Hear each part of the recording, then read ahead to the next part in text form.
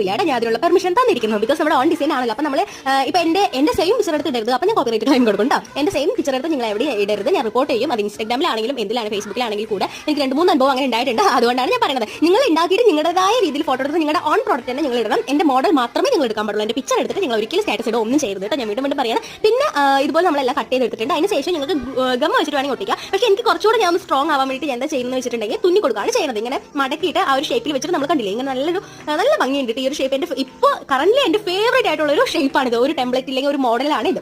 അപ്പോൾ നമ്മൾ രണ്ടും ഇങ്ങനെ വെച്ചിട്ട് തുന്നി കൊടുക്കുകയാണ് ചെയ്യുന്നത്. തുന്നിയിട്ട് നമ്മളൊന്ന് കെട്ടിട്ട് കൊടുക്കുക. സെൻട്രൽ കൂടെ നല്ല രീതിയിൽ നല്ലോണം മുറുക്കി, ഒരുപാട് മുറുക്കരുത്. അത് എന്താ പറയുക, കീറി വരും. ഫോം ഷീറ്റ് അല്ലേ, അപ്പോൾ അത് കീറി വരാൻ ചാൻസ് ഉണ്ട്. കുറച്ച് എന്താ പറയുക, കുറച്ച് ടൈറ്റ് ആക്കാൻ മതി കേട്ടോ. അതിനുശേഷം നമ്മൾ ഈ ബീഡ്സ് എടുത്തിട്ടുണ്ട്. ആക്ച്വലി എല്ലാം കൂടെ മിക്സ് ചെയ്ത് കിടക്കുന്നത് കാരണം ഒരു കാണാൻ ഒരു വൃത്തി ഉണ്ടാവില്ല. പക്ഷേ എല്ലാവരും ക്ഷമിക്കണം കേട്ടോ. അപ്പോൾ ഇത് ഓൾറെഡി ഞാൻ ചെയ്ത് വെച്ചതാണ്. ഈ പിയാരിയൊക്കെ ചെയ്യുമല്ലോ അതുപോലെ ചെയ്തതാണ്. പക്ഷേ ഇത് ഇത്തിരി എന്താ പറയുക, അടുപ്പിച്ച് ചെയ്യാം. അപ്പോൾ അത് കാരണം ഞാനിത് വേറെ ഒന്നും യൂസ് ചെയ്ത് എടുത്ത് വെച്ചിരിക്കുകയായിരുന്നു കേട്ടോ. അത് നമ്മളിങ്ങനെ കട്ട് ചെയ്തിട്ട് നമുക്ക് രണ്ട് സൈഡിക്കും, അതായത് ആ സെൻറ്റർ